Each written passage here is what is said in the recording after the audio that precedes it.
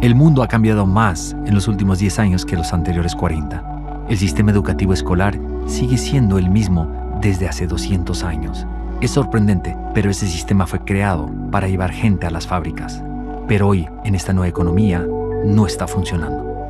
En el mundo, son millones de jóvenes los que sufren por lo que sucede detrás de las rejas y los altos muros de los colegios y universidades.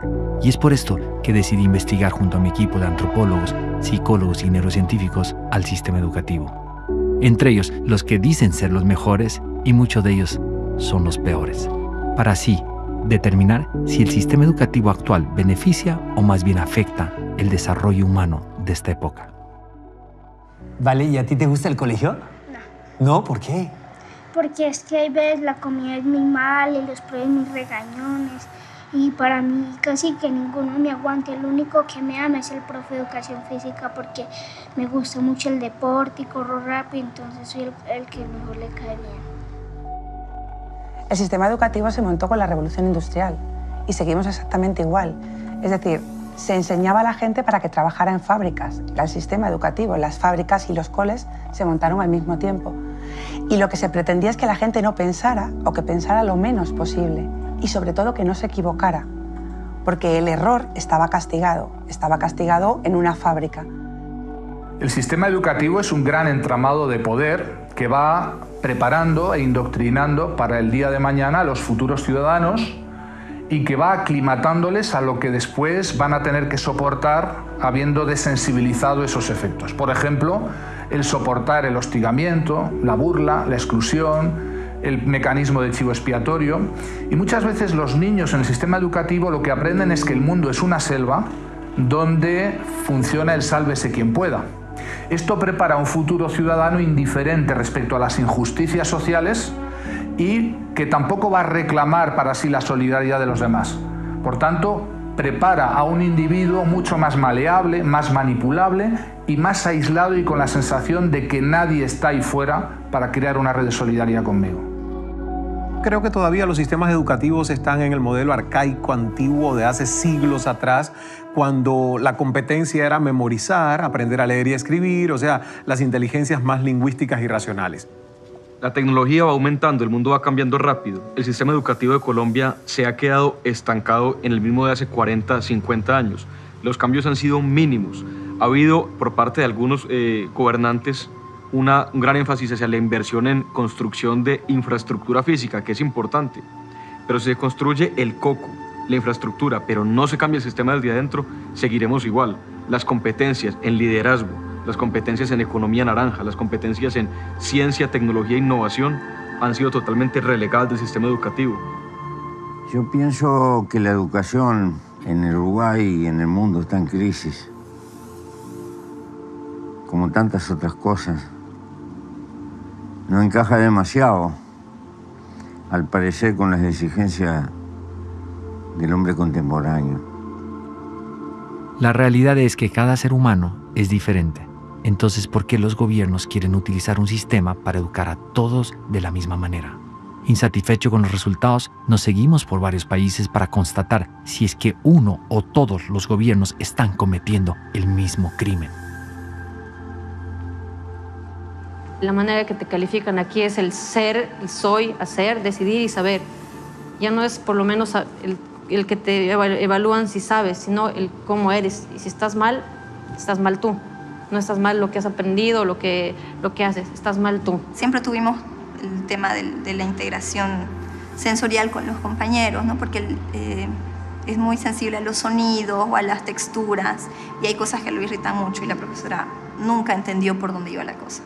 Falta de preparación y conocimientos del sistema educativo me ponen barreras, y no solo a mí, a muchas personas con discapacidad, porque vuelvo y te repito, el desconocimiento hace que nos hace más difícil la vida educativa a las personas con discapacidad.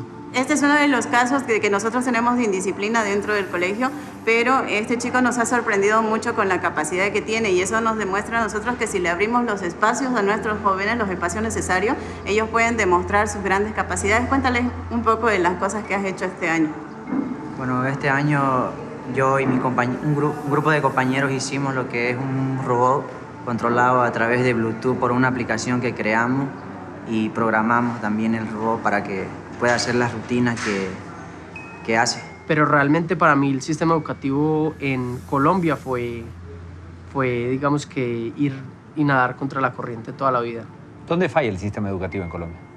Yo creo que en la estandarización, es que todos los seres humanos somos distintos y el sistema no solo falla ya en Colombia, sino que es que yo creo que todo el planeta viene evolucionando y lo único que no evoluciona es el sistema educativo. Hice en particular años de matemática y nunca logré entender un ejercicio. Y yo veía que no podía hacer los mismos avances que mis compañeros. Y bueno, y como que siempre era la típica excusa de no le gusta estudiar, es floja, no quiere. Y bueno, yo me la creí toda mi vida, digamos, del tema de que no, sin matemáticas no se podía. Como que el colegio me hizo creer de que yo sin saber matemáticas, sin entender los ejercicios, no iba a poder ser alguien en la vida. No es que sea tan indisciplinado, sino que me aburro rápido de las cosas, digamos. Sí. Me aburro.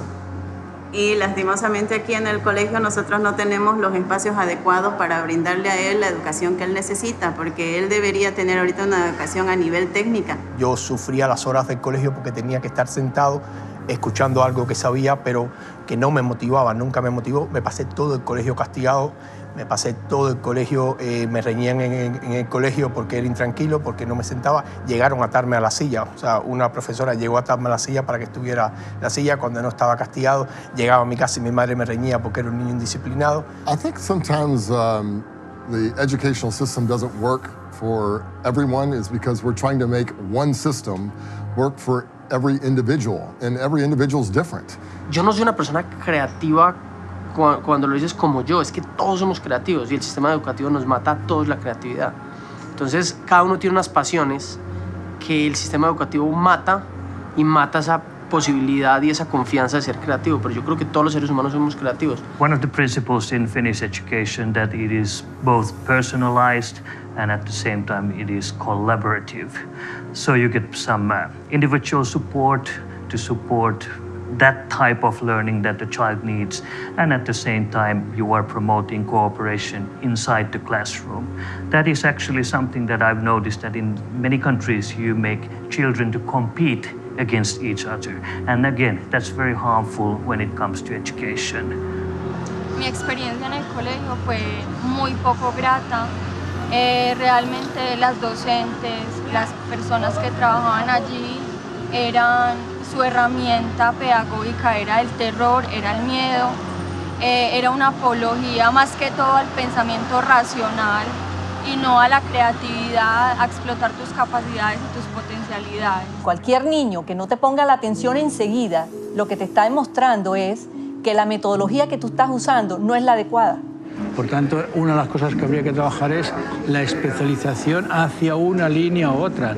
Los de pensamiento visual trabajan mucho con esquemas y son los que acaban viendo interacciones y acaban viendo las cosas de una determinada manera que se integra, mientras que los del hemisferio izquierdo lo que pretenden, lo que procuran es buscar la lógica interna de las cosas. The Finnish educational system is doing a big difference from my daughter because she gets special needs education before the school starts, and she gets help, and I mean they don't see her as a problem. She has some problems with her learning and her memory, but I mean she's still very happy and she enjoys going to school. She's not afraid of going to school as she was in the United States.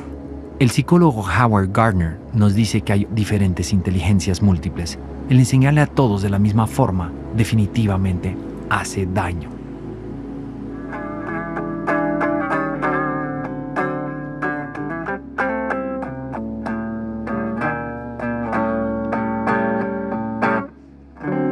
Muy buena, David.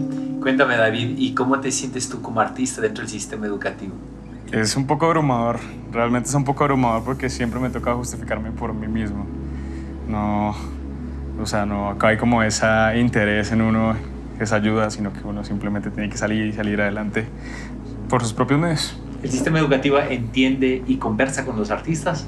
No, el sistema educativo creo, pues a mi parecer, creo que solo se interesa en la parte de la inteligencia matemática. En un principio, cuando tú eres joven, eres pequeño, piensas que el problema lo tienes tú, porque todo el mundo te dice que eres diferente, que eres un fracasado, que no has aprobado la asignatura, que no vas con tus amigos, que no haces lo que tienes que hacer, y tú te sientes diferente. Con el paso del tiempo te das cuenta de que evidentemente has sido diferente y gracias a eso te has distanciado un poco del rebaño, por así decirlo. Vale, entonces eres una oveja negra, por así decirlo, te han tratado como una oveja negra en vez de haberte tratado como una vaca púrpura en España. Ese es el problema que hemos tenido. Yo creo que este problema es generalizado. Hay gente que se adapta mejor al sistema y al que no le viene tan mal, pero somos muchas las personas, ¿no?, que no estamos conformes, que necesitamos otro tipo de aprendizaje, que tenemos otras motivaciones y realmente nos sentimos excluidos. Hay facilidades que todos tenemos, que tienen que ver con genética, que tiene que ver con el desarrollo íntimo de cada cerebro, y hay gente que realmente es mejor haciendo aritmética y haciendo geometría y haciendo matemáticas que escribiendo poesía. Y eso es importantísimo, porque le da riqueza a la sociedad. Ahora, ¿es más importante un poeta que un matemático? Pues son diferentes, y un músico pues lo mismo. Como dijo un día Albert Einstein, si tú juzgas un pescado por su habilidad de trepar un árbol, él podrá creer toda su vida que es un estúpido. ¿Cuántos de nosotros fuimos afectados por no tener esa inteligencia matemática, como le llaman? Éramos los creativos, éramos los inquietos, pero el sistema no encajaba con nosotros y nosotros no encajábamos con el sistema.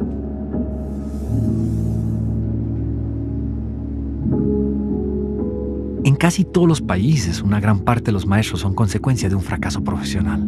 Es por esto que hay tantos maestros teóricos y muy pocos prácticos. Sin embargo, ellos son los que más posibilidades tienen en lograr una mejora inmediata dentro del sistema. Después de haber entrevistado a varios de ellos en los diferentes países, me doy cuenta que la mayoría de los maestros no son felices. ¿Tus profesores son muy serios? ¿Son muy alejados ustedes o son buenos amigos de ustedes? No, muy alejados. ¿Sí? ¿Les tienes confianza a tus profesores? No.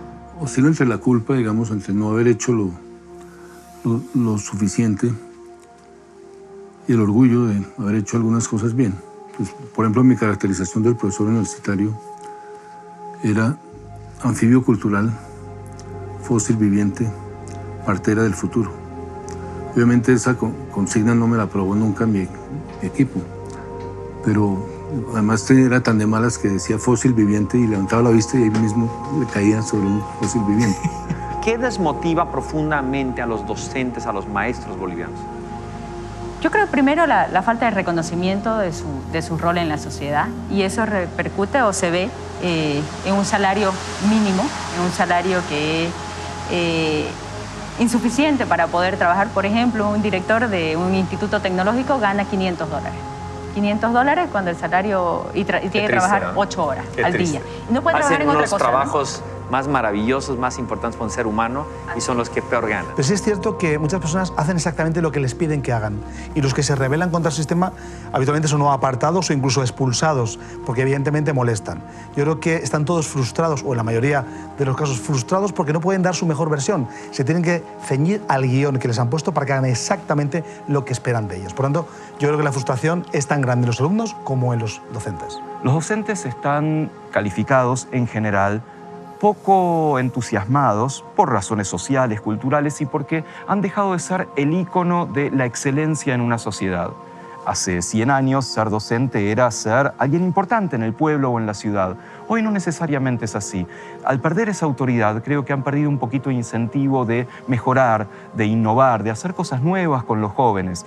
Sin embargo, siguen siendo lo más importante que una sociedad se puede brindar a sí misma. El lugar donde les cedemos, les damos prestados a nuestros hijos para que se hagan ciudadanos. Y eso es indelegable. Los docentes están como todo docente, como toda persona, en la zona esta de confort que se habla tanto, que no quiere cambiar. pero está preocupado porque no le va bien, se aburre. Yo siempre digo que ganan mal, en general, en la mayor parte de los lugares, pero antes se alimentaban de la energía de los alumnos y ahora los alumnos están apagados. Entonces es un sufrimiento, hay faltas, no tienen ganas de ir a trabajar, y además de no estar cuidados ni por los padres ni por los directivos, ¿no? Como que el docente está solo y encima le estás pidiendo que cambie y que aplique cosas y solo, porque salvo muy pocos países lo valoran.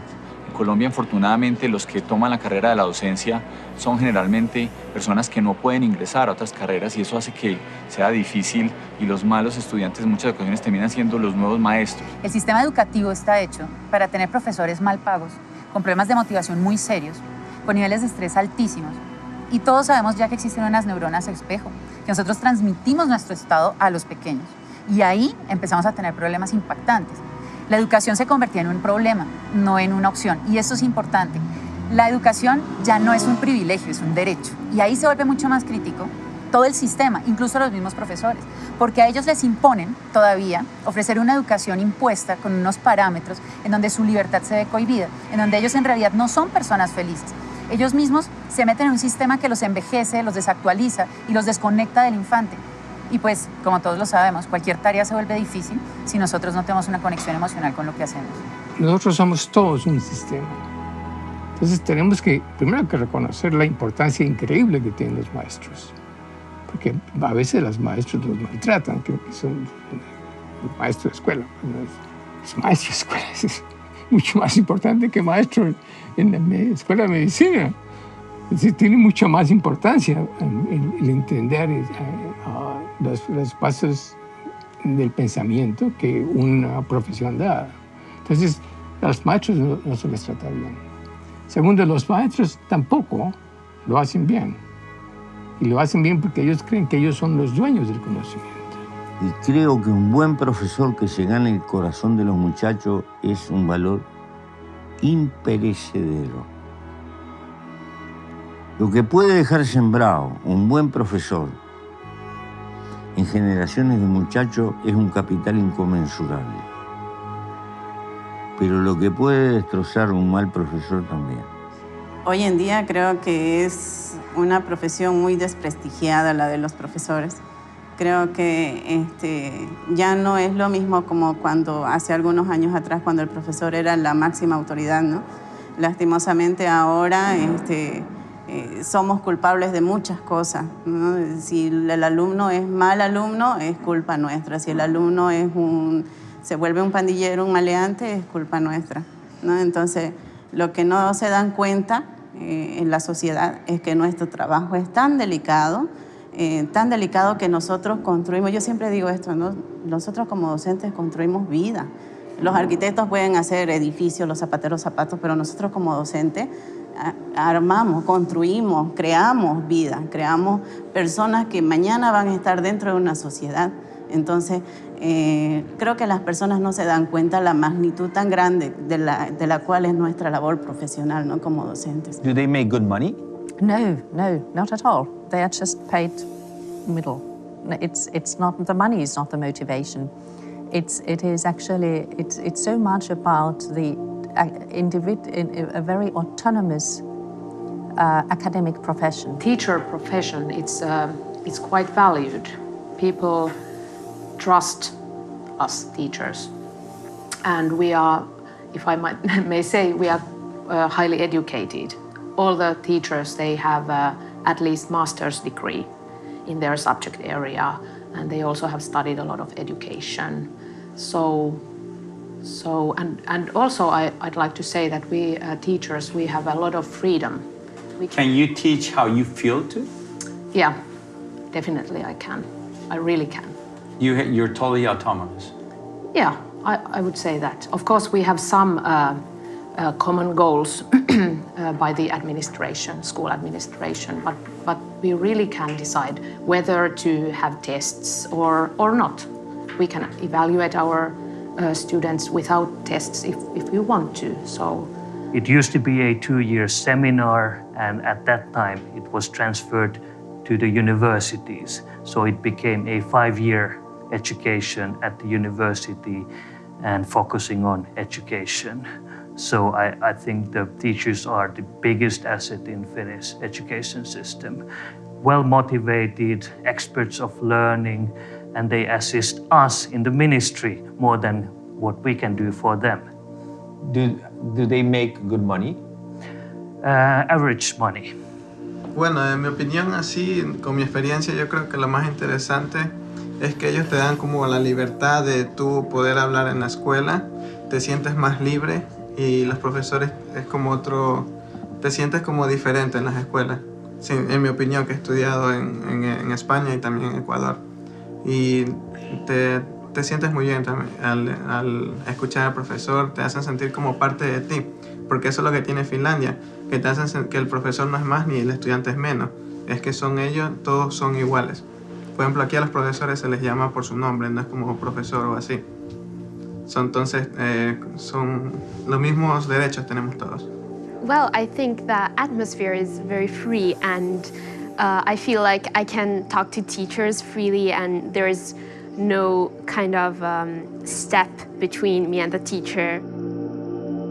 Me queda claro que Finlandia tiene uno de los mejores sistemas educativos del mundo, y eso lo logran a través de sus grandes maestros. Sin embargo, ¿de qué sirve estar en los primeros lugares de los famosos exámenes PISA si en Finlandia existe tanta depresión, tanto insomnio y también suicidio y alcoholismo?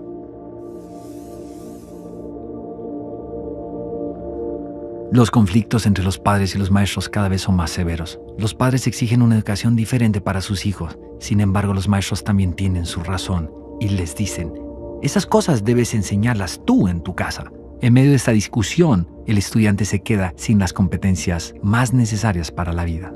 La participación de los padres dentro de la educación es deficiente porque, pues, por un lado, yo entiendo que a nosotros no nos forman para ser padres, yo soy mamá y es difícil porque tú no sabes cómo hacerlo, pero también porque hay como una cultura, una idea socialmente generalizada y es que la educación es un problema de la escuela y no vemos que la educación es un problema de toda la sociedad y de la familia fundamentalmente. Entonces los padres necesitan mayor orientación, pero también necesitan más compromiso y mayor responsabilidad con el trabajo de formación de los niños y los jóvenes. De hecho, muchos papás están contentos, muchos niños esperan que llegue el lunes porque la vida en la familia el fin de semana es peor que la escuela. O sea, sí, digamos, para muchos niños la escuela es un refugio. Lo que le ocurre a la sociedad va deprisa, la sociedad va sin conciencia y lo que ocurre es que las madres y los padres a veces pierden la ilusión y la conciencia educativa. Es en realidad una forma de contagiarse sobre aquello que nos rodea para dejar de hacer lo que quizás sea más ilusionante, que es educar a nuestros hijos. ¿Quién es el responsable de enseñar ese contexto que tanto habla usted? Para empezar, los padres y la familia tienen que explicarle las cosas a los niños. Segundo, los colegios. Tercero, las universidades. Cuando realmente quienes tienen realmente el poder deberían de tenerlo de enseñar, ¿no? Y la obligación son los padres y lo delegan en los profesores. Por lo cual, ¿qué ocurre? Los padres delegan a los profesores no hacen caso a los niños, los profesores no hacen caso a los niños, sino que simplemente lo que hacen es plena teoría, libros, y lee esto y haces ejercicios. ¿Qué ocurre? Que al final nadie sigue educado. Considero que muchas veces los padres no cumplimos con esta misión de estar más al tanto. ¿Qué es lo que tenemos que hacer? Lo que tenemos que hacer es generar las condiciones para establecer un diálogo constante con los hijos. Lo que no puede ser es que los padres vayan por un lado y el sistema por otro. Doctora Aldana, pero cuénteme usted, bajo su experiencia, ¿dónde está la falla? ¿Por qué el sistema educativo no está funcionando? Y el problema es muy serio, porque últimamente la neurociencia se enfocaba mucho al docente, como que era el docente que le faltaba herramientas para entender a esta generación distinta con la tecnología. Y ahora, si uno empieza a analizar lo que está pasando en todos los niveles educativos, es el alumno que está apagado, que está sin curiosidad, y sin curiosidad no hay aprendizaje, porque no hay emociones, no hay ganas, y no hay motivación, ¿no? Esa motivación intrínseca que se habla tanto. Y entonces, sin lugar a dudas, debe estar pasando algo grave en las casas, en la primera escuela. Ahí tenemos que empezar a enfocar ese lugar también. No solo estamos fallando los docentes, está fallando la casa, está fallando los padres. En los 90s, los padres de familia tenían 3 veces más tiempo que en estas épocas. Hoy los chicos se están criando y educando solos. Hoy estamos invirtiendo nuestro tiempo en cosas que no van a ayudar a que nuestros hijos sean mejores personas.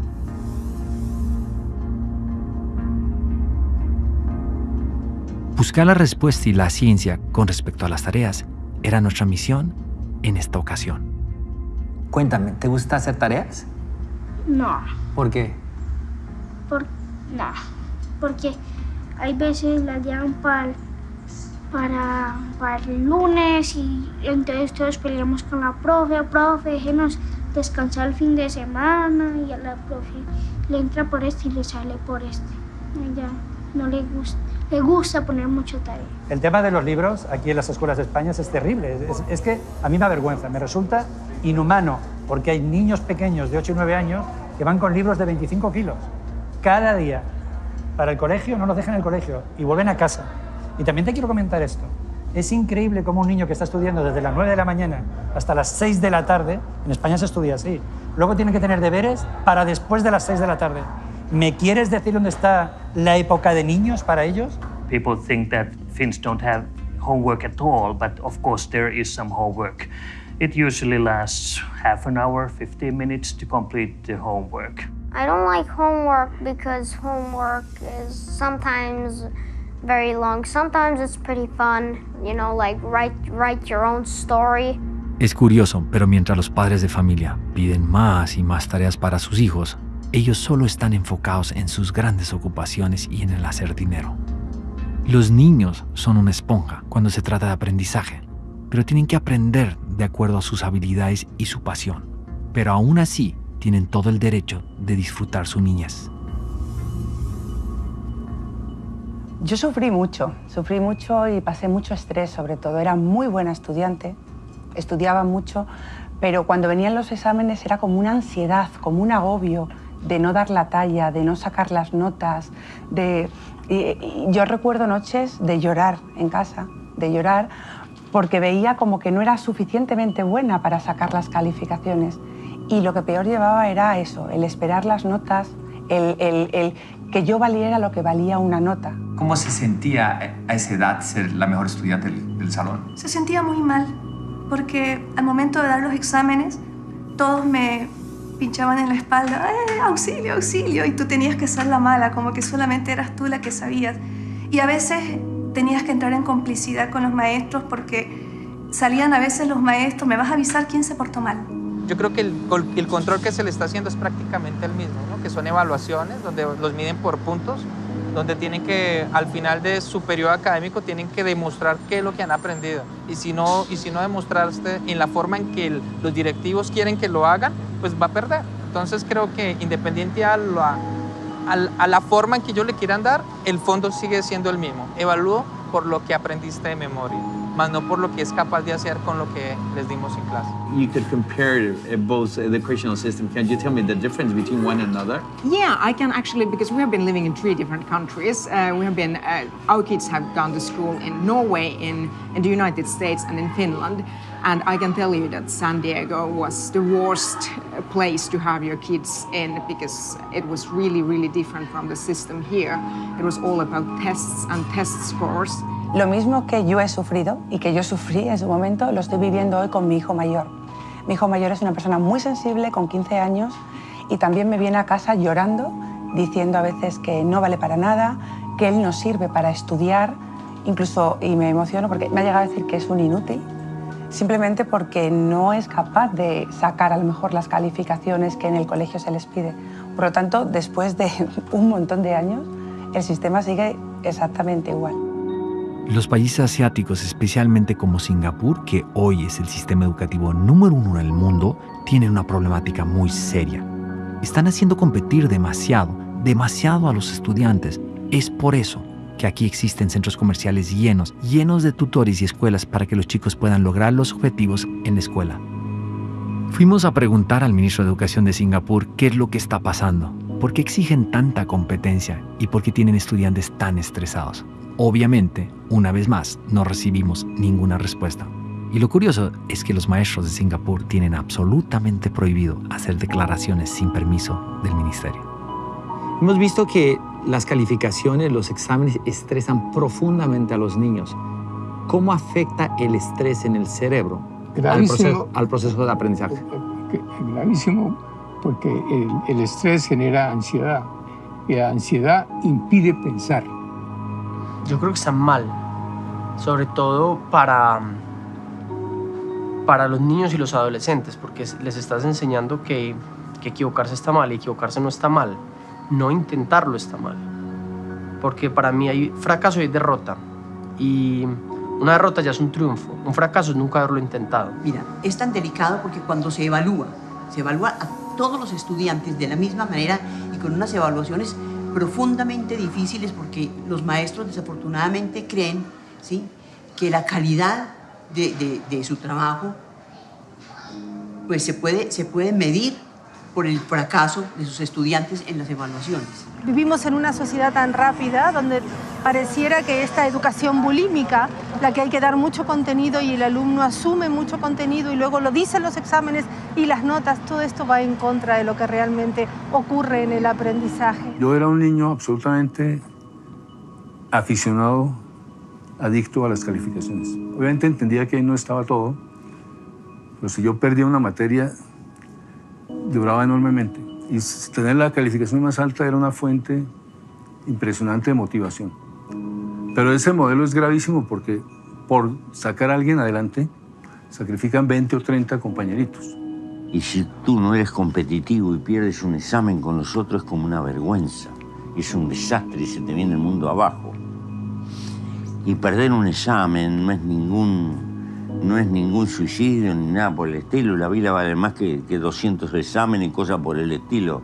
Pero estupidizamos a la gente en ese sentido. It's very rare that a child repeats the school year. It does more harm than benefit for the child. In Finland, we don't first of all, we don't emphasize the role of the marks, of the numbers so much. Young kids have grades? Very young ones do not. So it starts gradually. It's more like giving some written feedback about the learning process. Está comprobado que los niños a los cuales no les ponen un número, un valor o una calificación son mucho más felices.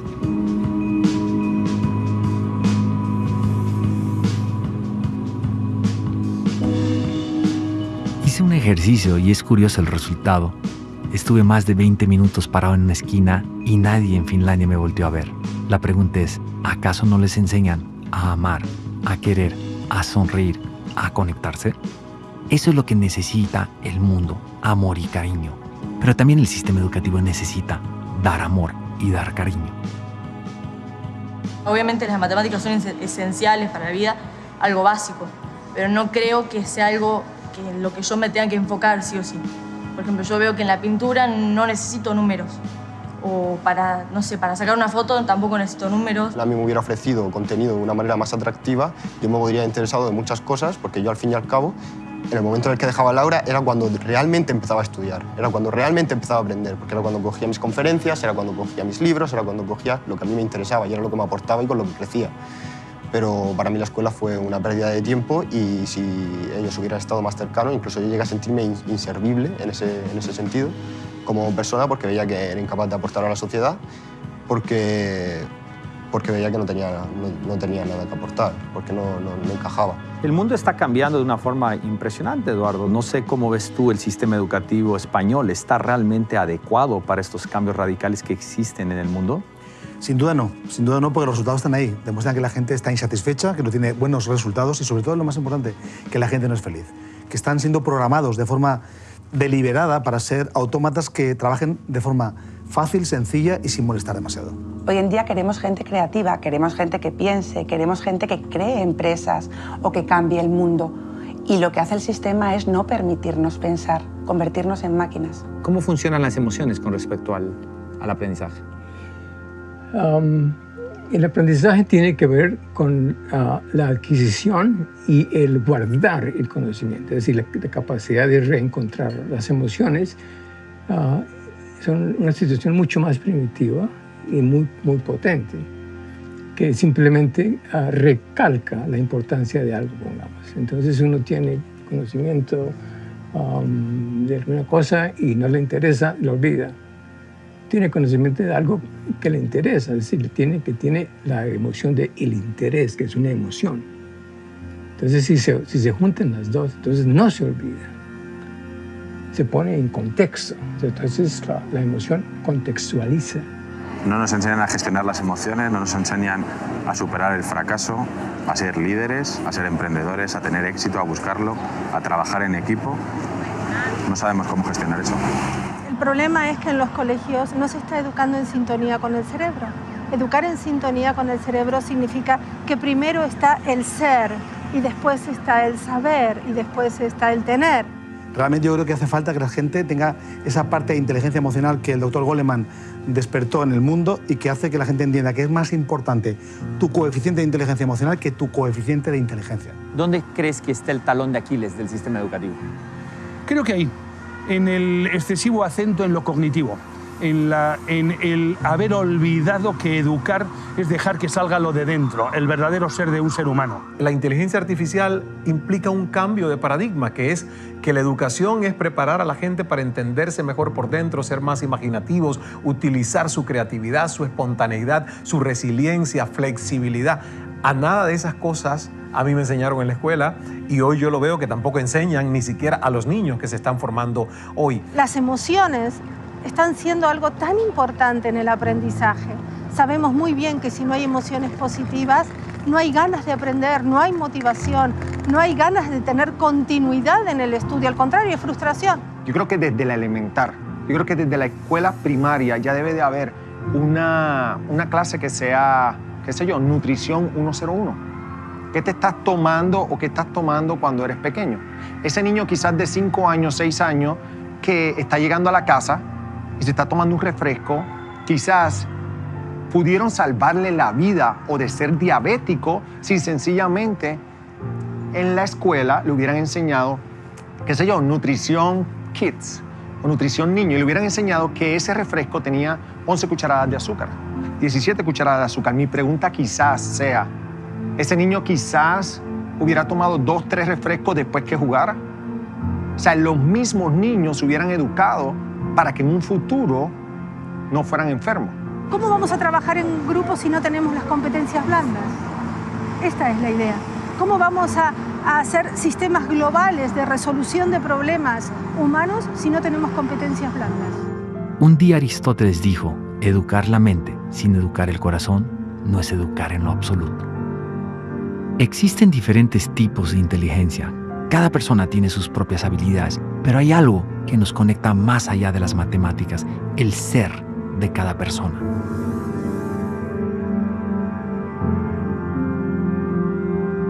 ¿Qué es esta imagen? Como la profe me imagina. ¿Y qué es? ¿Qué significa? ¿Cómo te imaginas? Con la boca sellada.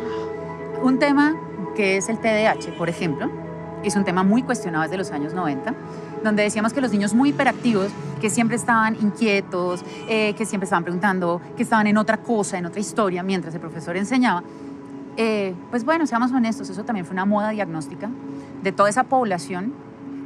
El 90% seguramente no tenía un diagnóstico realmente de problemas químicos y desequilibrios, sino que le estorbaba al orden que la academia estaba exigiendo. Y bien delicado este tema, porque si te das cuenta, llamaban a los papás y nos decían, tu hijo es hiperactivo con déficit atencional, necesita un medicamento. Y te dejaban a ti la decisión, ¿medicas a tu hijo? Y tú decías, bueno, sí, medico. Ok, pero también tendrás que sentir tú cuándo es la hora de desmedicar. ¿Qué pasa? Una de la mejor manera de deshacerse del problema académico de los niños hiperactivos, de los niños preguntones y de los niños inquietos. Hoy esto está en una reevaluación muy importante porque vemos nosotros que el niño curioso es el que realmente llega lejos. Porque, como te decía, cuando el cerebro se cuestiona, identifica una necesidad de una respuesta. Y el cerebro está hecho biológicamente para aprender. Tenés maestras que están diagnosticando. Entonces, eso acrecenta el estrés y la fatiga en los padres porque ellos mismos te dan un diagnóstico. Su hijo tiene déficit de atención, su hijo tiene hiperactividad, su hijo tiene Asperger. ¿Me entendés? Entonces, ¿qué es lo que pasa? El papá va a internet, busca qué es lo que significa, se escandaliza, se horroriza y no hay la ayuda correcta y concreta. En realidad, ¿qué es lo que tendría que hacer? El sistema educativo, el colegio, privado o público, tiene que enviar a este niño a un psicopedagogo. El psicopedagogo hace el análisis correspondiente y tiene que derivar en los especialistas que corresponden. De hecho, nuestro hijo mayor, uno de los mayores, en total reunimos 6, somos una gran familia, pues él estuvo también diagnosticado con trastorno por déficit de atención y estuvo tomando durante aproximadamente un año al menos una medicación, aquí se llama Concerta, y cuando tenía aproximadamente 14 años el chico empezó a sentirse mal y cuando hablábamos con él nos llegó a confesar que no sabía qué hacer, no sabía cómo continuar adelante y que tenía incluso ideas de suicidio, que se quería quitar de en medio, etc. Entonces, claro, pues imaginaros, ¿no? A nosotros nos alarmó muchísimo aquello. Rápidamente dejó de tomar cualquier tipo de cosa y de medicación y de ahí ya nosotros tenemos ese antecedente porque además yo conocía que eso podía ser un efecto secundario de la medicación, con lo cual dejamos rápidamente esto y no queremos que con nuestro hijo pequeño eso vuelva a suceder, con lo cual hemos tenido que sacar también, no lo sacamos, perdona, lo echaron, nos lo expulsaron de ese colegio, ¿eh? De lo que yo me di cuenta es que mi hijo, se llama Borja, era capaz de verse las 3 películas del Señor de los Anillos sin moverse. Se aprendía todos los nombres, controlaba todo, o sea, él fijaba su atención, era una atención selectiva. Ahora, cuando era algo impuesto, el niño se rebelaba totalmente y cualquier cosa le podía dispersar. Entonces no tenía ese problema de atención que a mí me querían vender. Yo fui medicado para tener mejor aprendizaje. Es más, yo solicité la medicación durante una temporada en la que veía que no paraba de repetir y era incapaz de concentrarme en la biblioteca. Pasaba los días en la biblioteca, forzado porque era lo que tenía que hacer, pero detestaba ponerme delante del libro y estudiar. Y siempre estaba con mis ideas, buscando proyectos en mi cabeza, proyectos que a mí me interesaban o con temas que a mí me interesaban y acababa sustituyendo el libro por lo que a mí me interesaba, porque es que era incapaz de centrarme, es que era totalmente incapaz, porque me sentaba delante del libro y lo rechazaba. Aunque yo dedicaba el tiempo, y basaba el tiempo, y entonces yo llegué a un punto en el que dije, bueno, pues a lo mejor es que tengo déficit de atención o algo, voy a solicitar estas pastillas por lo menos para tener el título y poder avanzar en mi educación, porque estoy estancado. Y es que no me queda otra, es o termino esta educación y continúo con esto, o directamente me voy a acabar debajo de un puente. No tengo otra salida, voy a acabar con trabajo basura y esto va a ser mi vida y no puede ser. Y eso al final acabó llevándome a una depresión, eso junto a otras cosas acabó desbordando en una depresión que realmente fue lo que me hizo dejar la escuela. Sé que estuvieron cerca de recetarte Ritalina porque eras hiperkinético, ¿sí? ¿Qué piensas tú de eso? Yo creo que la mayor bendición de mi vida son mis padres. Mi mamá apenas le dijeron eso, se paró en la raya y en los colegios donde estuve nunca aceptó eso. Ellos lo que hacían conmigo era que me patrocinaban un montón de actividades extracurriculares como para que yo botara esa energía. Entonces yo hice todos los deportes que tú te imagines. Si yo al mes ya no quería hacer karate sino kung fu, me pasaban. Si al otro día quería montar en bicicleta o karts o motos o tirarme en paracaídas o en parapente, ellos estaban todos esos días patrocinándome como todas esas cosas que me despertaban la creatividad y quemaban la adrenalina de una forma natural. Nuestro hijo tenía demasiada competitividad y que no era sano, que no era normal. Claro, a mí me revelaba eso, porque digo, ¿cómo es eso un problema en un chico que lo que quiere es mostrar su energía, expresarse en el mundo, actuar, interactuar? Y eso no se podrá canalizar de una manera adecuada. So many students on Ritalin and Adderall and all these ADD drugs because a lot of times school is boring and they're only being measured, their value as a student is only measured on standardized tests. When we, at our school, we engage students through hands-on projects. And so when we engage students and they're actively involved as opposed to being a passive learner, when students are actively involved in their education, they don't need those medications as much as traditional schools. Yo pienso que la Ritalina se da cuando el maestro no está utilizando una buena metodología para que ese estudiante aprenda. TDAH desaparece en la medida en que el niño que medita está lo que tiene que estar en el momento y en el instante, y a partir de ahí está plenamente atento. Mi percepción es que si fuéramos una sociedad sana, estos datos deberían ser la primera plana de cualquier periódico todos los días del año.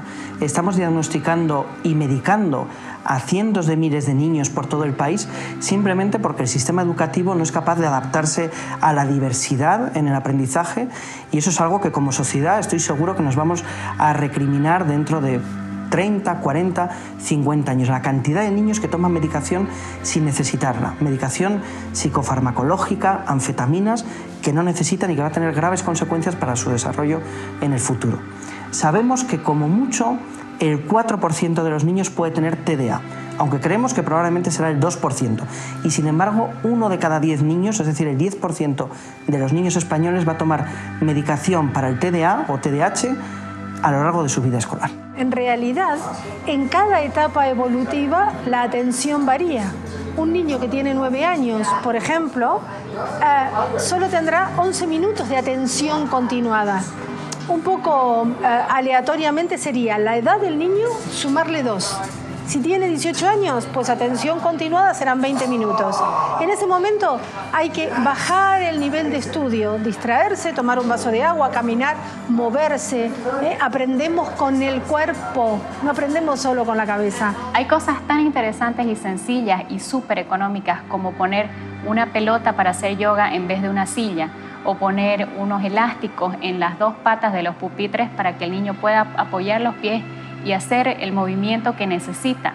El niño que tiene problemas de aprendizaje necesita moverse para aprender.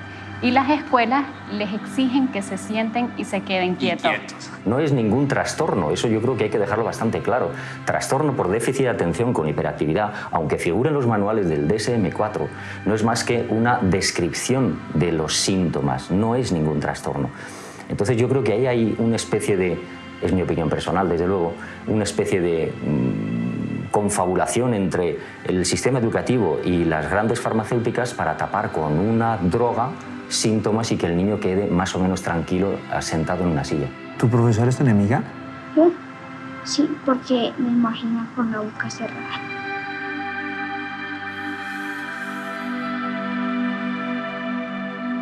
Me gustaría que en el colegio, digamos, tengan áreas así de ciencias, que tengamos laboratorios así donde podamos desarrollar así cosas de que algunos estudiantes tienen así una genialidad espectacular para que puedan desarrollar cosas en el colegio, pero lastimosamente no lo tenemos.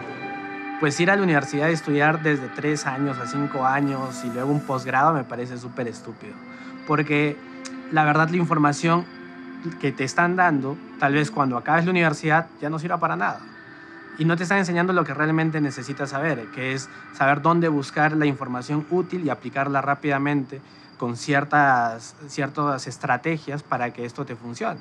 Entonces terminas la universidad, no sabes nada, porque todo lo que te enseñaron ya pasó. Yo creo que se sienten obligados a tener buenos resultados porque al final se les mide por la nota o por la calificación que consigan, pero no motivados para seguir aprendiendo. Creo que realmente el sistema no les permite que tengan ilusión por formarse, simplemente hacerlo porque es lo que esperan de ellos. Es como una especie de deuda que tienen con su familia o con el resto de personas para que sean aceptados o sean reconocidos de alguna forma. Kids really don't care how much you know. They want to know how much you care about them. And if you build a relationship with the kid, they will do the learning on their own. Que estamos observando que los sistemas educativos del mundo están pensados desde el mundo de los adultos, creando una realidad a los niños que le es realmente totalmente ajena. Un niño, como premisa, debe tener una motivación propia para aprender, no una motivación impuesta. Todo lo que aprenda impuesto sin una necesidad detectada va a caer en los bancos de memoria, pero la garantía de recuperación y utilización son mínimos. Debemos centrarnos en enseñarle a los niños a hacer, y ahí va a aparecer el pensar. Pero no podemos, desde un mundo del pensar, crear un mundo del hacer. Los niños teóricos no existen, existen solamente los niños empíricos. Tenemos que volver al parque, ver a papá trabajando, tenemos que cocinar en familia, tenemos que crear espacios educativos creados para y por los niños. En vez de lindas decoraciones, gigantes estructuras que deben costar miles de millones, deberíamos estar más bien preocupados porque el espacio tenga un sentido para el infante, para que el niño sea aprendiz en su propia tierra, en su propio espacio. Y definitivamente debemos trascender en el espacio académico. Las aulas de clase hoy no son suficientes. Los niños tienen que acercarse a la realidad. El aula de clase, diría yo, se convierte en un laboratorio. de los adultos para los niños, pero no de los niños para ser personas. Toda mi vida memorizando conceptos para olvidarlos al día siguiente. ¿Qué he hecho con todos estos días? ¿Y por qué sacrifico mi presente constantemente para memorizar conceptos que se me olvidan al día siguiente y para seguir siendo un proceso una y otra vez en un futuro? Yo todo aquello que aprendo y no lo puedo aplicar a la realidad, no lo estoy aprendiendo, no lo estoy enviando a la memoria a largo plazo. Es decir, pedirle a los alumnos que hagan un examen o que memoricen y que luego no sepan cómo aplicarlo a su vida. Yo creo que hay que terminar la clase, el día, preguntando cómo van a aplicar esto que aprendieron hoy y que lo hagan en grupo. En primer lugar, lo más importante es la motivación. El niño lo que tiene que estar es despierto y atento porque el estímulo, es decir, aquello que va a aprender, sea algo que le motive. Si no tenemos esa motivación, si el niño no está en modo juego, va a ser muy difícil que su cerebro se concentre. Y esa fase de concentración es fundamental porque el niño no aprende nada en lo que no está concentrado. En segundo lugar, es importante que el niño experimente, es decir, que el niño desarrolle algún tipo de interacción o de juego con aquello que queremos que aprenda, porque de esa manera su cerebro va a integrar la información con otros conocimientos que el niño ya tiene. Y por último, es muy importante ayudar al niño a recordar, es decir, que una vez que haya hecho ese experimento, que una vez que su cerebro haya aprendido, podemos enseñar al niño a recuperar esa información teniendo una conversación con él, demostrando a sus compañeros qué es lo que hizo y explicándolo, porque eso es la manera natural en la que el cerebro aprende y recuerda. Yo creo que lo que falla es la didáctica con la que se enseña. Yo creo que hay que ir más allá y esto es desde los profesorados. Hay que acompañar a los docentes, hay que acompañarlos para que ellos verdaderamente piensen en didácticas diferentes y acompañen a los chicos. Porque esto es un método realmente, pero un profesor que es didácticamente accesible puede darles miles de formas para aprender a un niño. Entonces yo creo que realmente lo que falla es eso, la didáctica. Sin embargo, somos seres humanos que tenemos una responsabilidad. La de educar a un ser integral. No solo transmitir información. ¿Qué es esto de educar entonces? Educar es mostrarle caminos al discente, al alumno, para ser mejor persona. Educar es mostrarle al otro, es enseñarle a ser feliz. Eso es hablar de emociones. A veces nos alejamos y miramos el tema de lo afectivo y de lo emocional como un tabú y entonces nos circunscribimos a operaciones y fórmulas matemáticas, a teorías sobre la mente y el funcionamiento cognitivo o a procesos de ingeniería. Y en muchas de las ocasiones nos preguntamos, bueno, ¿y a quién estoy enseñando? Si tan solo reflexionásemos en esa pregunta, ¿a quién estoy enseñando? No qué estoy enseñando. Esa sola pregunta me lleva a la persona del otro. Me lleva al ser, a la existencia del otro. Desde mi punto de vista es muy importante poner en contexto, tanto motor como emocional, el conocimiento. Si no, se olvida. Y estábamos hablando que cuando uno termina escuela, primaria y secundaria, lo que uno recuerda es más o menos el 15%. Es decir, el 85% se perdió. ¿Y por qué se perdió? Se perdió porque no hubo contexto. ¿Eso para qué sirve? Entonces, no sirve, pues... Hay un principio del cerebro. Lo que el cerebro no se ha preguntado, no lo puede responder. Es la ausencia de una pregunta y, por tanto, obviamente, la ausencia de una respuesta. O sea, si alguien no se hace la pregunta, da lo mismo lo que le enseñas, no va a retener. Exactamente. Lo que vamos a encontrar nosotros es que los niños necesitan cuestionarse, identificar una necesidad para buscar la manera de responderla. O sea, eso significa, perdón que te interrumpa, pero eso significa que el niño preguntón aprende más. Total, ama al niño preguntón. En las neurociencias lo tenemos claro. Un cerebro que peca por exceso siempre será más adaptativo que el que peca por falta. Los niños juiciosos, de hecho, no son lo mejor. ¿El homeschooling es un reemplazo del colegio? No es un reemplazo del colegio. Empezando porque homeschool no es llevar el colegio hacia la casa. El homeschool es un estilo de vida donde el aprendizaje es fundamental para la familia porque cualquier espacio tú puedes aprender. ¿Dónde es el daño más fuerte que está cometiendo el colegio a los niños de hoy? en tantas cosas, pero yo pienso que en su parte psicológica y en su parte, digamos, de autoestima, porque la mayoría de los chicos no cabe, o sea, el colegio tiene un molde establecido. Si tú no cabes dentro de ese molde, o te adaptas o sales. Y entonces eso en parte hace que los niños salgan muy lesionados de este sistema educativo. Un chico que sale desplazado de hasta 5 o 6 colegios es porque no estuvo dentro de ese molde. Entonces, cuando ya llega a una opción como homeschool, ya está muy lesionado. How many years do you think our country needs to reform their educational system? At least 10 years, 20 years, even 40 years, as what's been going on in Finland. I mean, you start reform and it takes time. Very seldomly you can make a difference in 4 years in the office. Uno educa cuando enseña a juzgar. Y el juicio tiene que ser cuidadosamente formado. En algún momento se diseñó en 8.000 páginas toda la primaria con instrucciones para el maestro. Tal clase usted hará esto, usted verificará tales resultados. O sea, se le quitó como la potestad al maestro de planear activamente su trabajo. Se le entregaron guías. En las pruebas internacionales de educación, Argentina no le va bien, al igual que el resto de los países de la región. Estamos todos juntos ahí en los últimos de la fila y es una especie de mal ejemplo de hermandad latinoamericana, no es lo que queremos que suceda.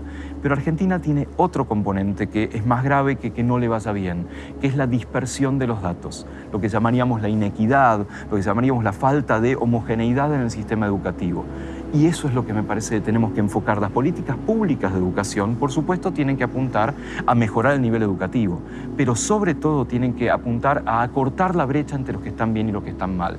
Por tanto, nuestro sistema argentino, con grandes virtudes y enormes falencias, me parece que tiene que apuntar a formar mejor a los profesores, ser más federales, llegar hasta los pueblos, llegar hasta los lugares donde la educación se quedó en el siglo, con suerte, XIX y en algunos casos XVIII, y tenemos que llegar al siglo XXI. Requerimos una acción coordinada de políticas sociales encabezadas por la educación relevante al emprendimiento y al mismo tiempo unos países seguros con gran confianza de inversión. Porque si usted tiene gran confianza de inversión, le da oportunidades a los jóvenes, pero si usted no tiene una educación universal relevante al emprendimiento, entonces esa confianza de inversión se desvanece, porque no puede avanzar en escalas de competitividad por falta de juventud educada. En Colombia no hay un sistema educativo, hay un mercado educativo y pues dentro de eso hay intentos de construir pedacitos de sistema.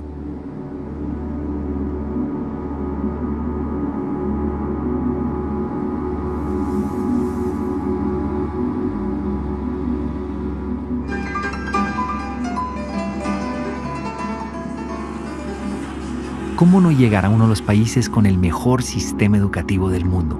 Corea del Sur, un país donde los chicos compiten y se matan, técnicamente se matan, por lograr entrar a las famosas universidades del grupo SKY. Padres de familia, estudiantes, sistema educativo, todos luchando por lograr la famosa universidad. ¿Acaso realmente ir a la universidad te puede hacer feliz? Un país donde el 50% de los estudiantes tienen pensamientos suicidas podrán ser una potencia. Un país que se transformó en 30 años solamente gracias a que la gente está estudiada y trabaja muy duro.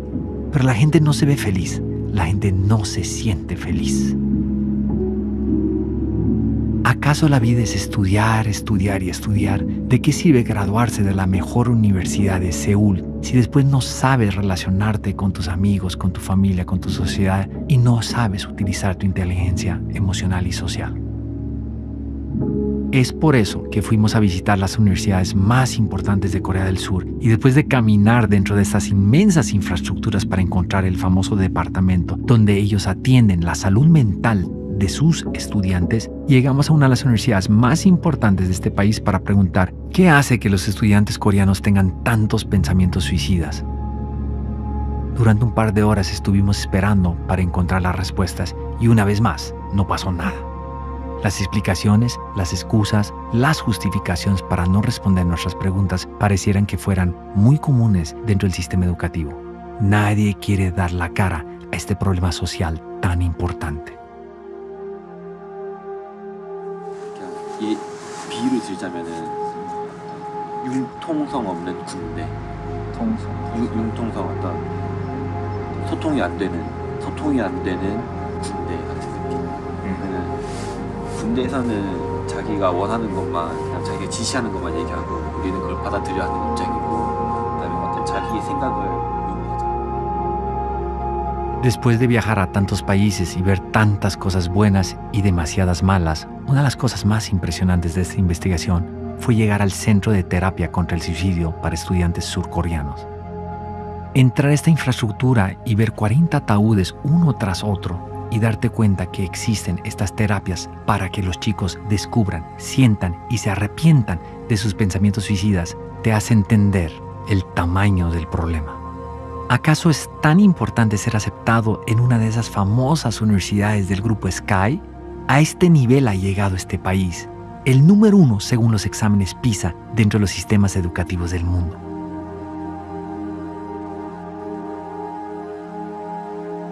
Esta terapia te lleva al borde del sentimiento de lo que es suicidarse. Sentir esto no es muy grato. Sergio era un chico de 16 años de edad que se declaró abiertamente gay, se declaró como bisexual y tenía a su pareja en el colegio. Fue discriminado, acosado por sus docentes, directores y psicóloga en el colegio por un beso que se dio con su pareja.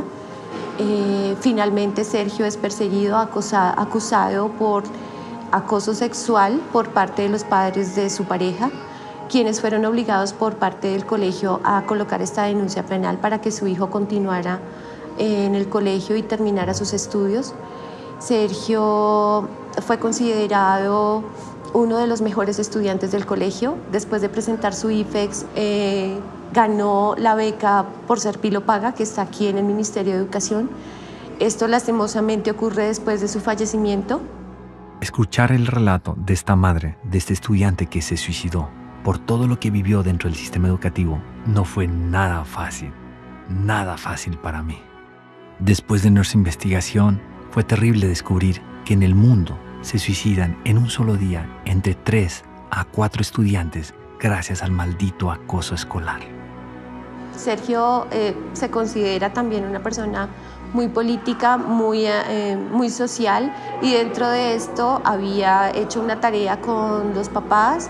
Es allí cuando empieza toda la persecución también por su ideología, por su pensamiento y por la libertad de expresión. Siempre fue coartado para hablar, siempre me lo mandaban callar y pues creo que Sergio era y cometió este acto como un acto político. Así fue considerado por sus compañeros estudiantes, por sus compañeros de la ULE, y creo que socialmente ha sido considerado porque creo que lamentablemente tienen que suceder cosas como estas y la decisión que él toma ha sido trascendental porque las personas creo que han sido un poquito más conscientes en los colegios, los docentes y los directivos de no tomar represalias ni discriminar a nuestros niños y niñas en los colegios. Yes, people have bullied me because according to people I'm very short. Ahora se escucha más el tema del bullying, pero yo lo recibía de parte de los mismos directores, del mismo colegio y aunque mis padres no quieran admitirlo, yo les decía, no me parece justo esto. Iñaki, pero ¿cómo puede ser que alguien le haga bullying a un personaje de 2 metros con 7 centímetros? Ahora es poco recomendable. Ahora más ya aprendí a defenderme, en aquella época no, hace muchos años que me pasó. Tenía 11 años, siempre he destacado por la estatura. Con 11 años, 12 ya tenía 1,82 m, con 14 medía 1,98 m, con 15 pasaba los 2 metros. Y lo que me pasaba era que la gente lo que veía era claro, con 1,82 m la gente te ve un cuerpo de una persona adulta, pero realmente eres un niño que actúas como lo que eres, pero la gente eso no lo ve. La primera que lo vio así fue mi profesora, la que era mi tutora ese año, que ya tenía la idea de que era retrasado mental. Me llevó al psicólogo del colegio sin consentimiento ni conocimiento de mis padres. El diagnóstico de este buen profesional también, y lo de bueno entre comillas, fue exactamente el mismo. Y como tal, como ella pensaba que por mi cuerpo, envergadura y complexión podía hacer daño a alguien, me tuvo todo el año sin recreo, sin ¿Te quitó el recreo? Sí. ¿Y te dejaban en el salón, en el recreo? Me dejaron en el salón, no, me dejaron en clase. No podía salir del aula. ¿Y por qué no podía salir del aula? Porque ella pensaba que podía hacer daño a alguien. Luego, aparte, hubo otro chaval que me puso el mote de Jacobo cuanto más alto más bobo. Este chaval, pues la gracia coló. Al final, la profesora, cuando pasaba lista en clase, en vez de llamarme Iñaki, me llamaba Jacobo. Ella te decía Jacobo, ¿por tu apodo? Por mi apodo. Y ya las risas eran continuas. Y luego, aparte, había un grupo de chavales mayores que eran los que me perseguían, me pegaban, tiraban los libros, eran los que me estaban ahí machacando todo el santo día. Hasta el punto de que pues un día me dieron una paliza, me reventaron la cabeza a patadas. De hecho, bueno, pues aquí, permíteme un segundito. ¿Ves? Está roto, los labios por dentro. Tengo machacados de las patadas que me pegaron aquel día. Y previamente a esto tuve un intento de suicidio.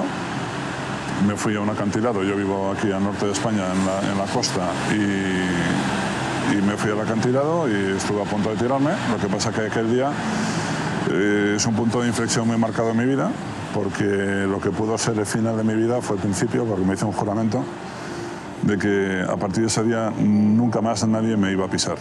Alejo, ¿cómo te fue a ti en el colegio? Bueno, en el colegio, en las calificaciones me fue muy bien, siempre fue excelente, pero aunque hubo mucho bullying, que aprendí a superarlo, no es que tuve un estudio, pues digamos, día a día bueno, pero lo pude superar, aunque hubo mucho bullying y todavía hay bullying. Cuéntame una experiencia tuya con el bullying.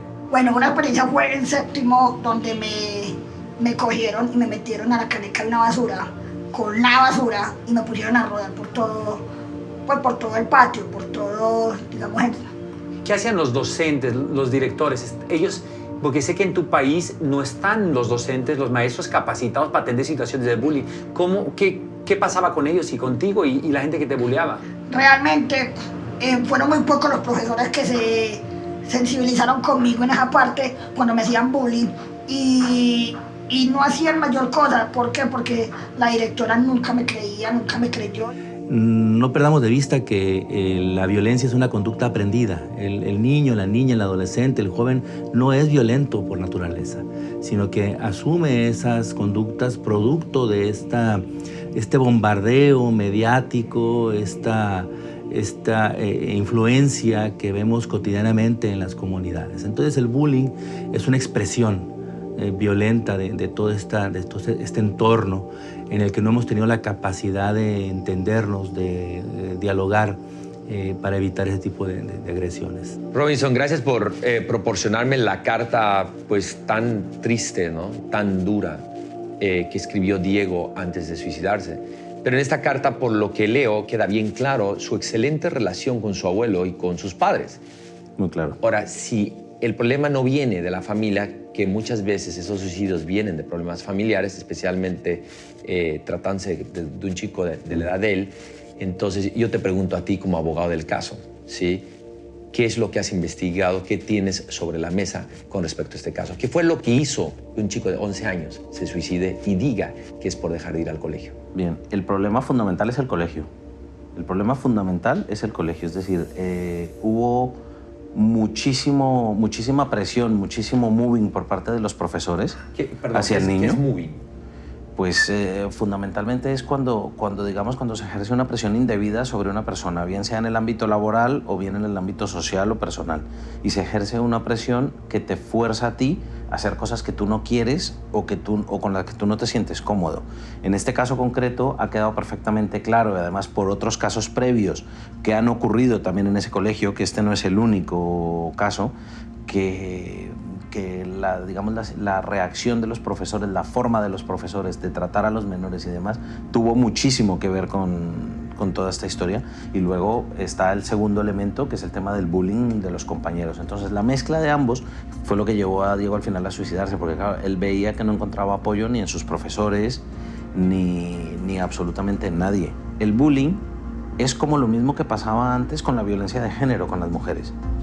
Que antes no se hablaba de eso, todo el mundo sabía que existía, todo el mundo sabía que era un fenómeno que estaba en la sociedad, pero las mujeres que lo padecían nunca hablaban de ello, nunca decían nada. El bullying es exactamente igual, el bullying por su propia naturaleza se esconde a los ojos de la gente. ¿Y el mobbing se esconde también? También, claramente. O sea, los niños tienen miedo de hablar de los problemas que tienen con los maestros en la claramente. escuela. De hecho, el bullying cuando llega a situaciones graves, lo llega precisamente por la inacción o por el moving de los propios profesores. ¿Los maestros en tu país están capacitados para atender situaciones de bullying?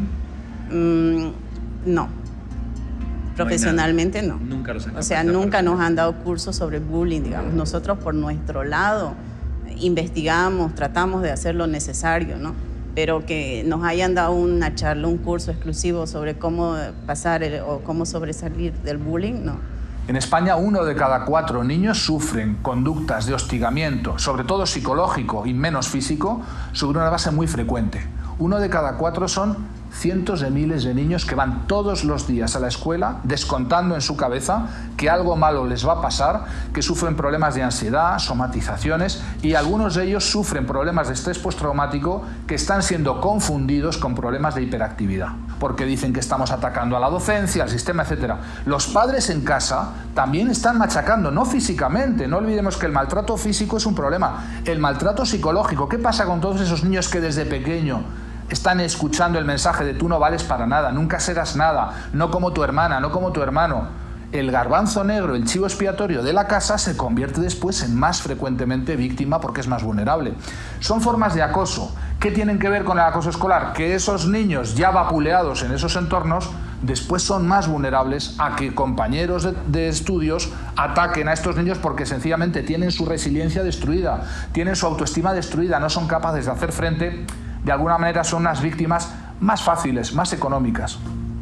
El mobbing escolar es la dinámica de acoso que sufren los niños desde que empiezan en la maternal hasta que se egresan de la universidad, y que tiene que ver con situaciones de hostigamiento recurrentes a manos de profesores, a manos de compañeros, a manos de todos aquellos que se convierten en depredadores para estas víctimas. ¿El Ministerio de Educación de España tiene capacitado a los colegios y a los docentes para atender estos casos?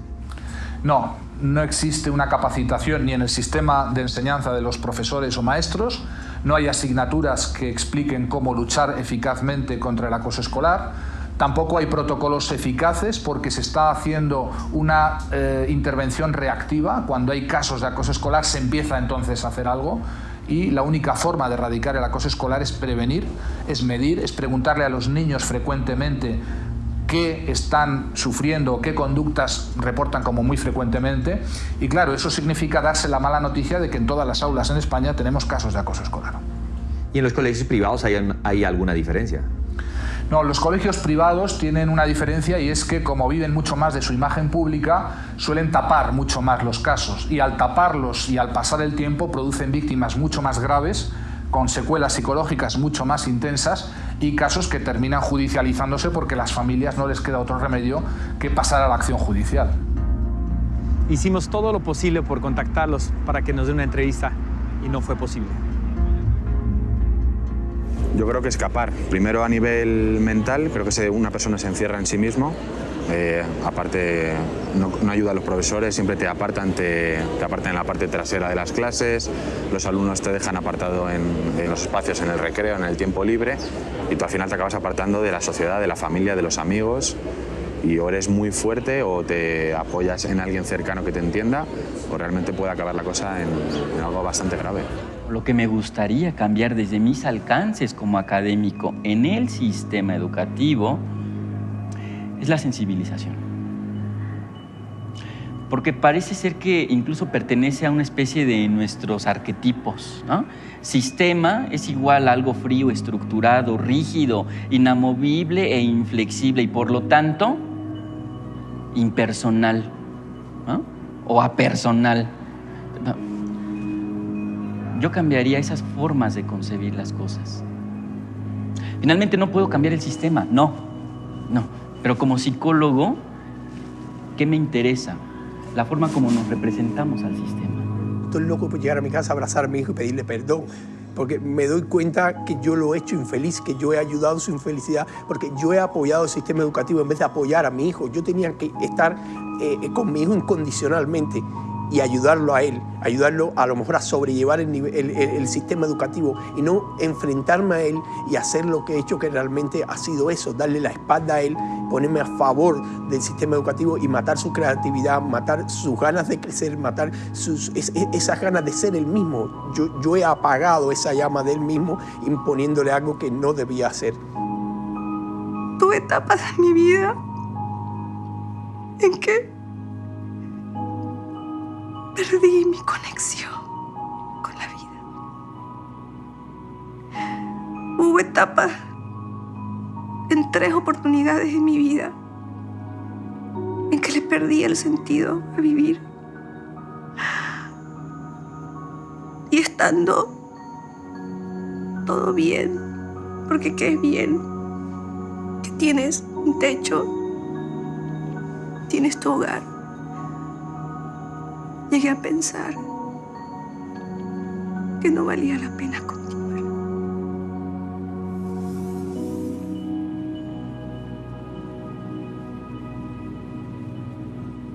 3 a 4 suicidios por acoso y presión escolar al día.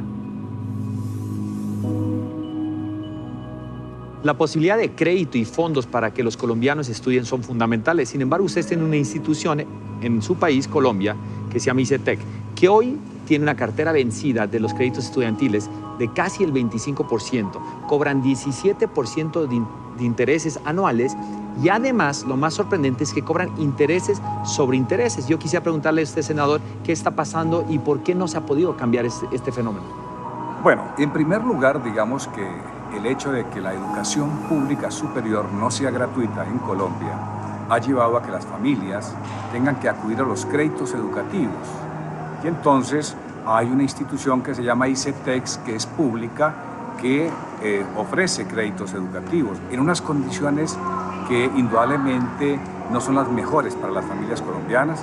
Por eso hemos presentado un proyecto de ley para prohibir ese cobro de intereses sobre intereses y llamar la atención de los colombianos en la lucha por conquistar lo fundamental para que este sea un derecho real de los colombianos, educación gratuita en el nivel superior. El ICETEC le presta a estos chicos y le pone condiciones para estudiar la carrera que ellos quieren financiar, no la que quieren los muchachos.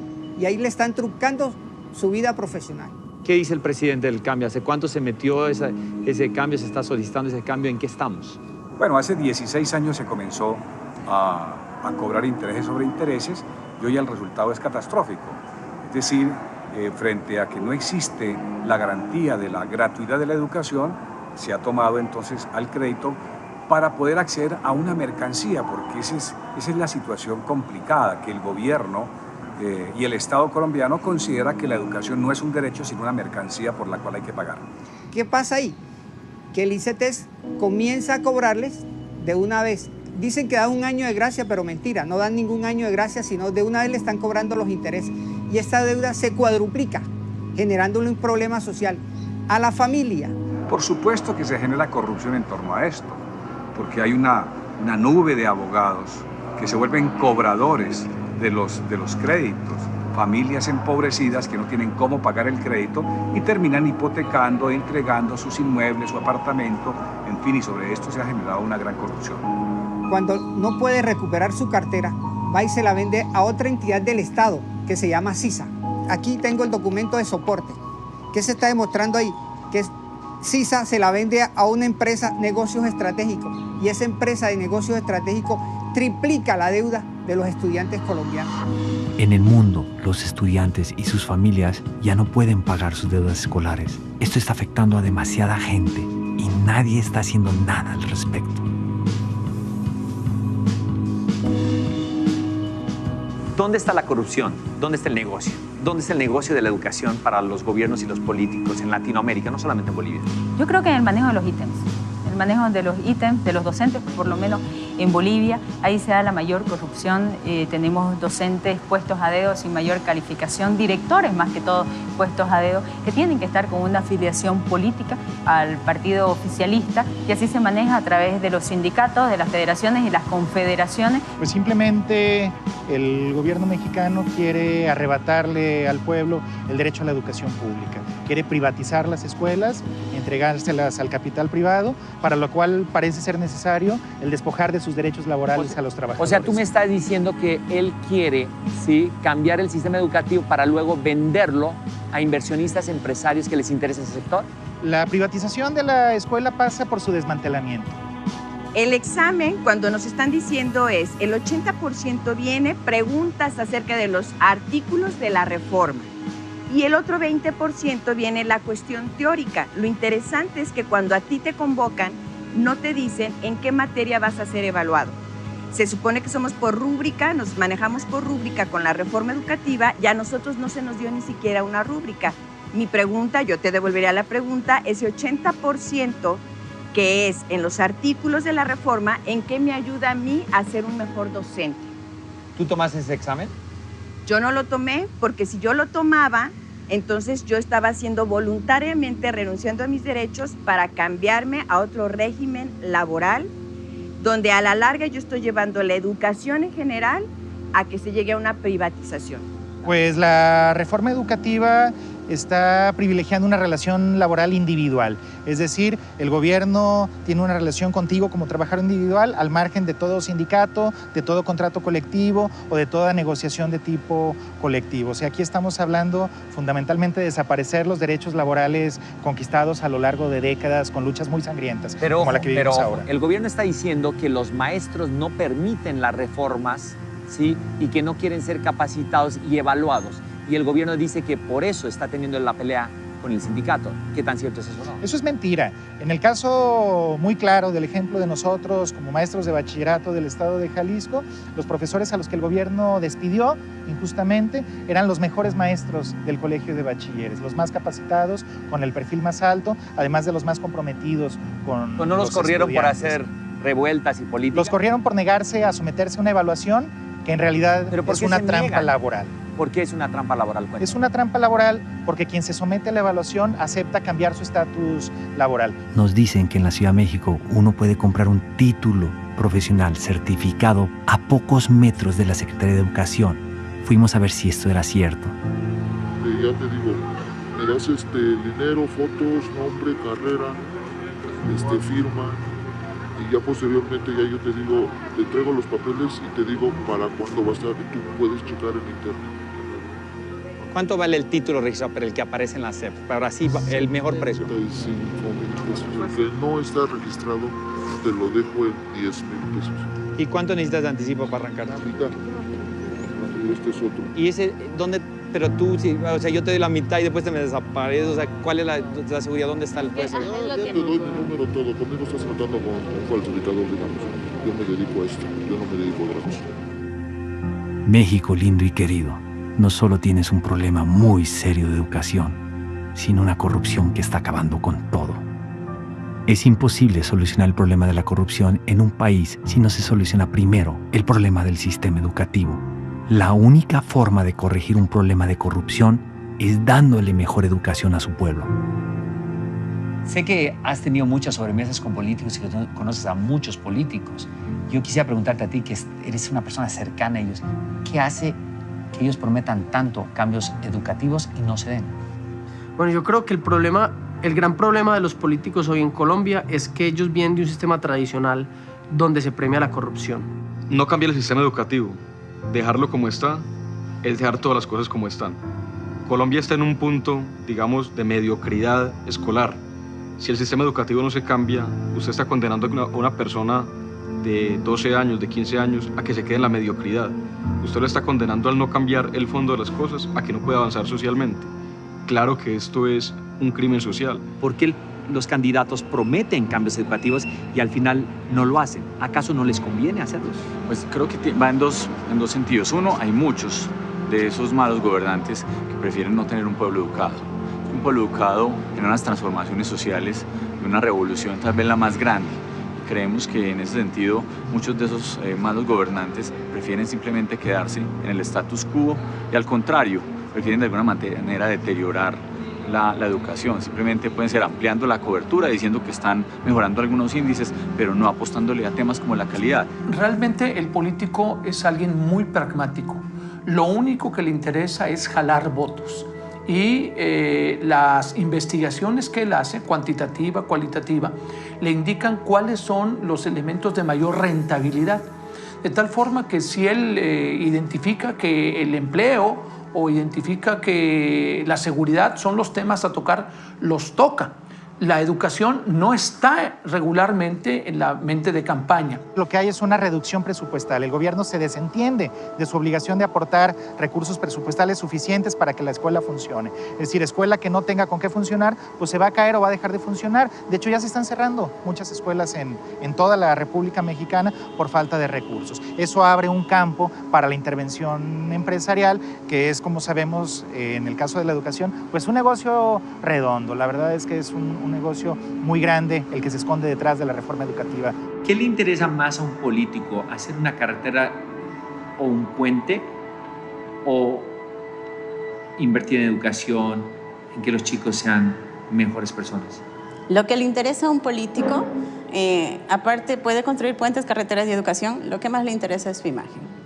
Lo que más le interesa es hacerse ver bien. Lo que más le interesa es no perder el poder, no perder la posición en la que se encuentra. Sin embargo, una cosa es lo que el político promete y otra cosa es lo que el político hace.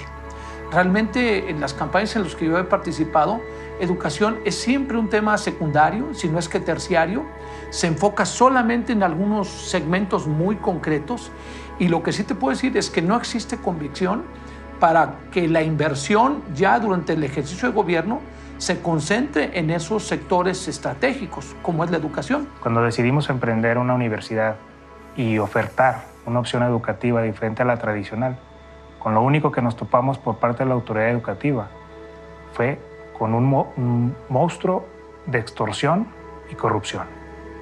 Nos costó a nosotros más de 7 juicios contenciosos administrativos y 3 por extorsión contra estos funcionarios corruptos. Habíamos hecho todo de acuerdo a normatividad. Acreditamos planes y programas, acreditamos matrícula docente, acreditamos infraestructura con una inversión millonaria y equipamiento. Y no bastó. Querían una millonada en efectivo. Nos pidieron un porcentaje accionario de la universidad y por si fuera poco, querían ser dueños de la propiedad. Un país que le apuesta a la educación reduce la corrupción. Un país que no educa a su pueblo incrementa la corrupción. Solucionar los problemas de hambre, pobreza y falta de desarrollo humano no es un tema de balas, es un tema de lápices y pizarrones. La educación traslada cosas de un lado a otro y permite la interiorización de criterios de juicio. Entonces, cuando la educación falla, los criterios para juzgar qué es bueno, qué es malo, patinan. Vamos, mi impresión es que en los últimos 20, 25 años, la educación ha producido justificaciones. O sea, el colombiano sabe decirse cuentos para justificar la corrupción, para justificar la violencia. Nuestros países latinoamericanos cada vez tienen más dinero, cada vez se ven más millonarios, pero la educación no ha cambiado. Preocupémonos porque nuestra tierra sea una tierra más educada. Esa será la única forma que podamos convertir a nuestra cultura en una cultura más abundante y más próspera, y lo más importante, menos corrupta. Mientras esta situación no cambie, no dejaré de trabajar a favor de la educación.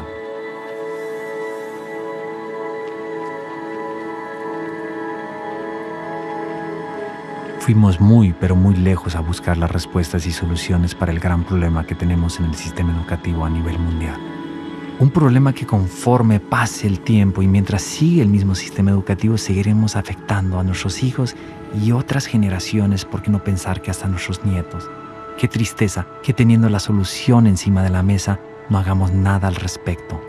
Mientras el sistema educativo, que lo somos todos, no nos hagamos responsables y exijamos ese cambio a nuestros gobiernos, seguiremos cometiendo un crimen llamado educación.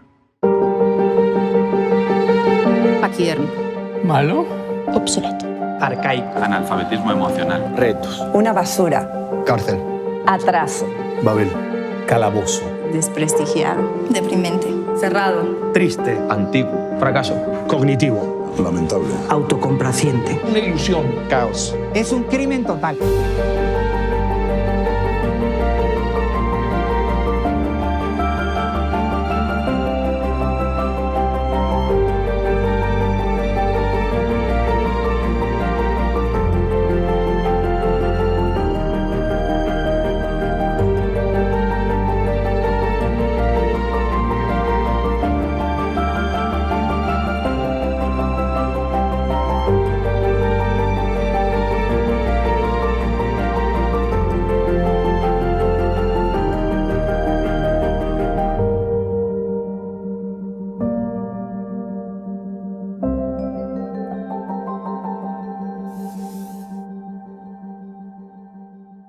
Hay que descubrir lo mal que estamos de una manera que no nos destruya. Hay que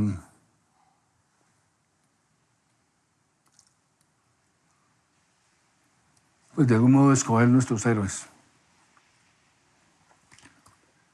Hay un poema de Borges muy lindo, dice: ¿dónde están los héroes? Ya no los hay. Pero dice: tranquilos, ya pasará el tiempo y aparecerán los héroes.